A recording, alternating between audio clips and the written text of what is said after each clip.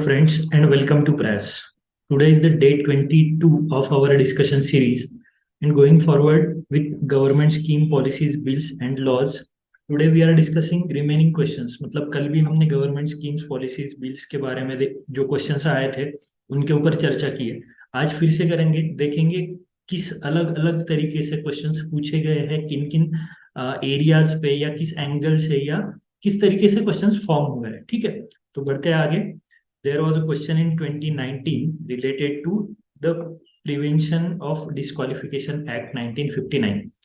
तो यहाँ पे बोला गया है exempt several posts from disqualification on the grounds of office of profit. कुछ पोस्ट को exempt किया गया, ऐसा फर्स्ट स्टेटमेंट में बोला गया.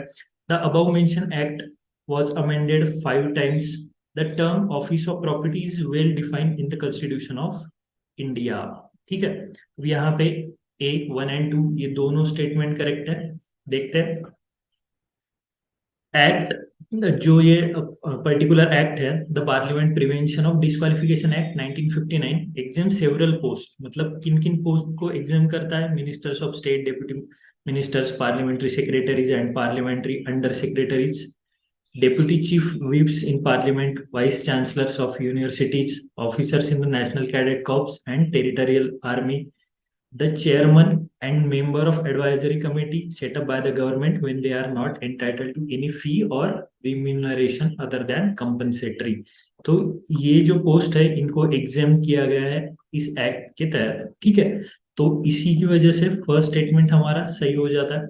सेकंड बोला गया था कि the same act was amended 5 times. 5 times amendment हुई है, 1960, 1992. यहाँ पे थोड़ा सा गलत हो गया, 1993, 2006 एंड 2013.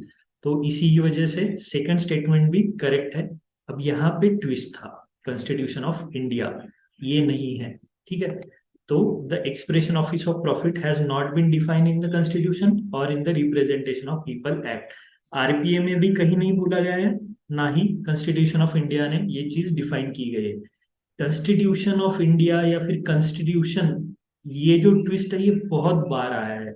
मतलब देखिए पॉलिटी में जहां भी constitution of India defines, constitution of India provides, इस तरीके से चीजें आएंगी तो आपको ध्यान देके उस स्टेटमेंट को आराम से विथ फुल फोकस पढ़ना है. वहां पे ट्विस्ट हो सकता है. ठीक है, और हमेशा ट्विस्ट निगेटिव ही होगा ये जरूरी नहीं है. कभी कभी पॉजिटिव या फिर करेक्ट स्टेटमेंट भी दे सकते हैं, लेकिन मोस्ट ऑफ द टाइम हमने देखा है कि जहां भी कॉन्स्टिट्यूशन ऑफ इंडिया आया है वो स्टेटमेंट गलत ही हुआ है. मतलब कॉन्स्टिट्यूशन में ऐसी कोई टर्म या डेफिनेशन ना होते हुए भी ये बोला गया है. ठीक है, तो बढ़ते हैं नेक्स्ट क्वेश्चन की तरफ.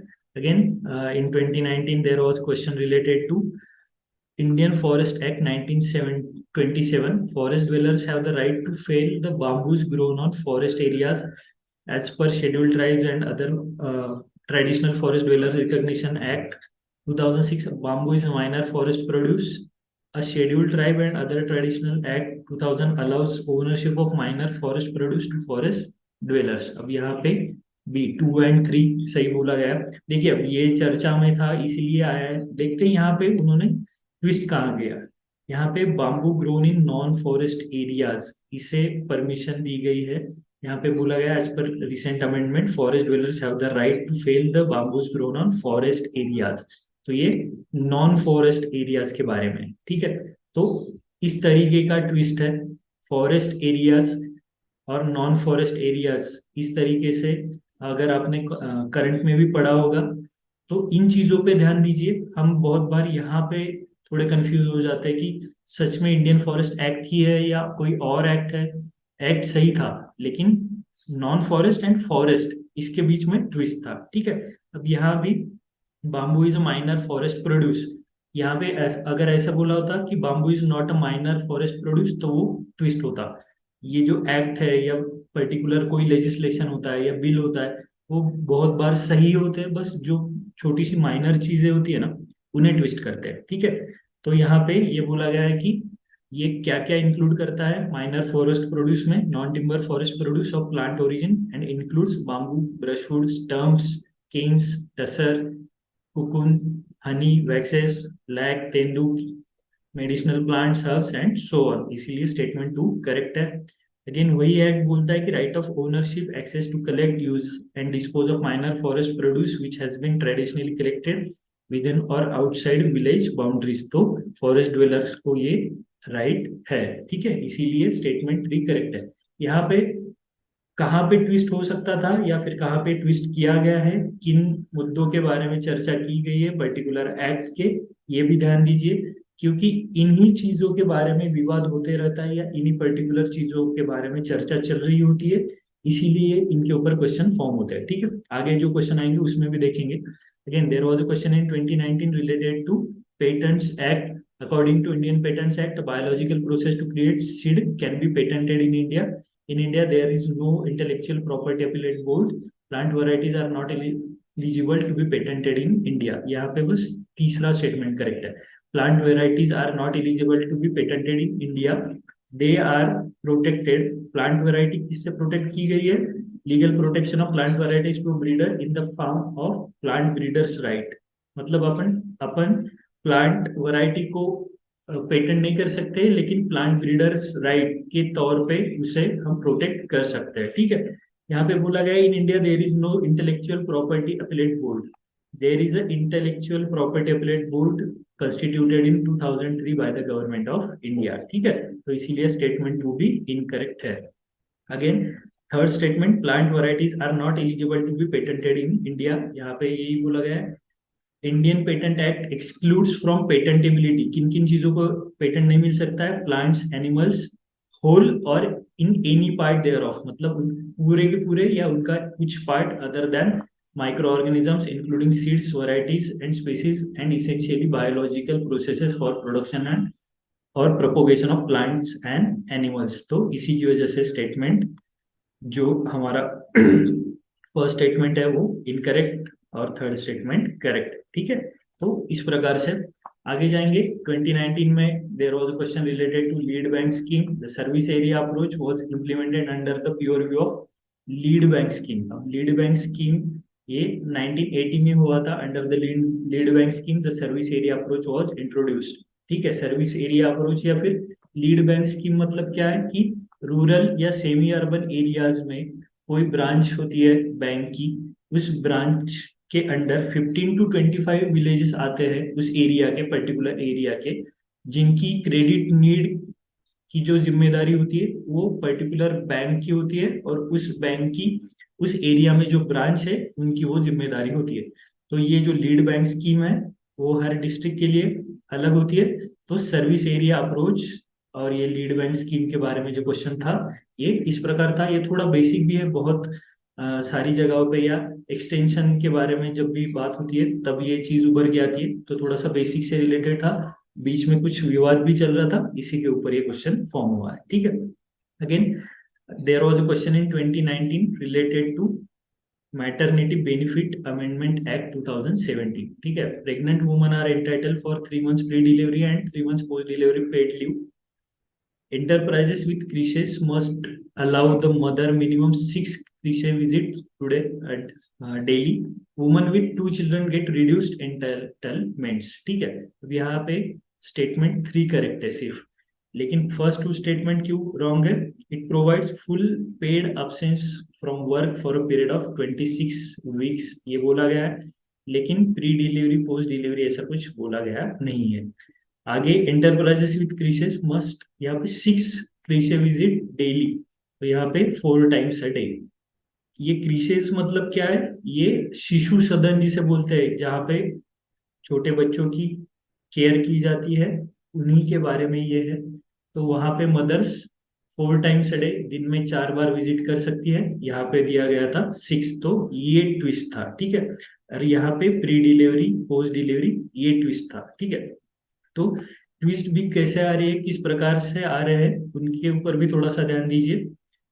आगे बढ़ेंगे।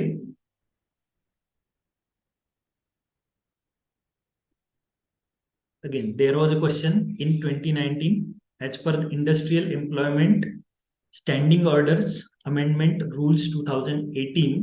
If rules for fixed term employment are implemented, it becomes easier for the firms, companies to lay off workers. No notice of termination of employment shall be necessary in the case of temporary workman. यहाँ पे दोनों statement correct है। अब देखिए इसके बारे में थोड़ी सी चर्चा करेंगे। ये जो पर्टिकुलर रूल्स थे, industrial employment standing order central amendment rules 2018, इसके बारे में बहुत ज्यादा बवाल हुआ था, बहुत ज्यादा चर्चा या विवाद हुआ था इसके बारे में, बहुत क्रिटिसिज्म भी हुआ था इन रूल्स का। और ये जो पर्टिकुलर दो प्रोविजन है ना, ये यहाँ पे जो दिए गए हैं, इनके ऊपर ही बहुत ज्यादा क्रिटिसिज्म हुआ था।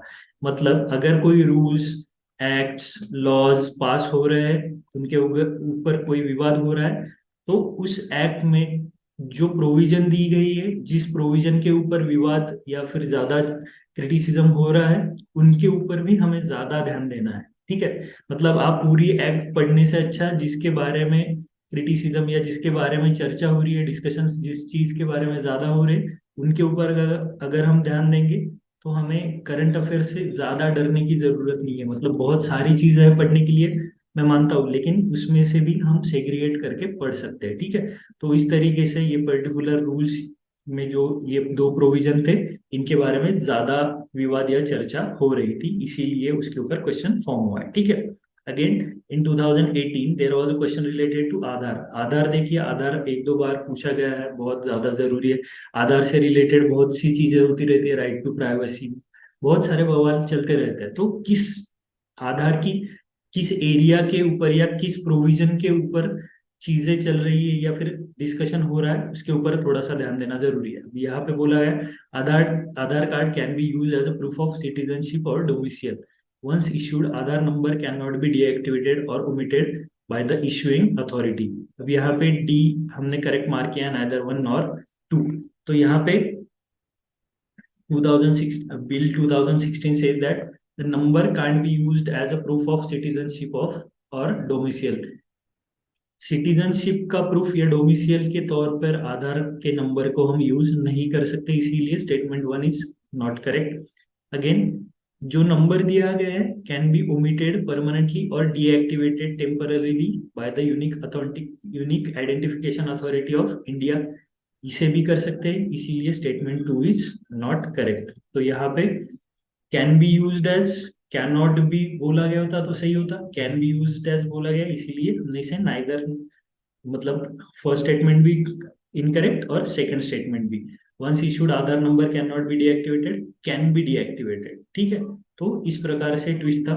देखिए ये जो स्कीम्स या लॉज या बिल्स के क्वेश्चंस होते हैं, इनमें हम जो पीछे आए हुए उन पे ज्यादा चर्चा ना करते हुए किस प्रकार से आए हैं, कहाँ लिंकेजेस थे, पर्टिकुलर रूल्स या एक्ट के किस एरिया पे क्वेश्चन फॉर्म किया गया, किस तरीके से फॉर्म किया गया, इन चीजों के बारे में अगर हम ध्यान देंगे तो पढ़ते समय करंट अफेयर्स में ये चीजें हमें उभर के आएंगी, मतलब आसानी से समझ में आ जाएंगी। बार बार यही चीज बार बार दोहराने की यही वजह है कि अगर एक बार आप ये समझ लो ना कि करंट अफेयर्स में भी जो बिल्स या स्कीम्स वगैरह आती है, उनके किस एरिया पे क्वेश्चन फॉर्म होगा, तो आपको ज्यादा परेशानी उठाने की या फिर ज्यादा कंफ्यूजन भी नहीं होगा कि कैसे पढ़े, किस प्रकार से पढ़े। ठीक है, तो कल हमारा आखिरी दिन है government schemes bills and policies के बारे में।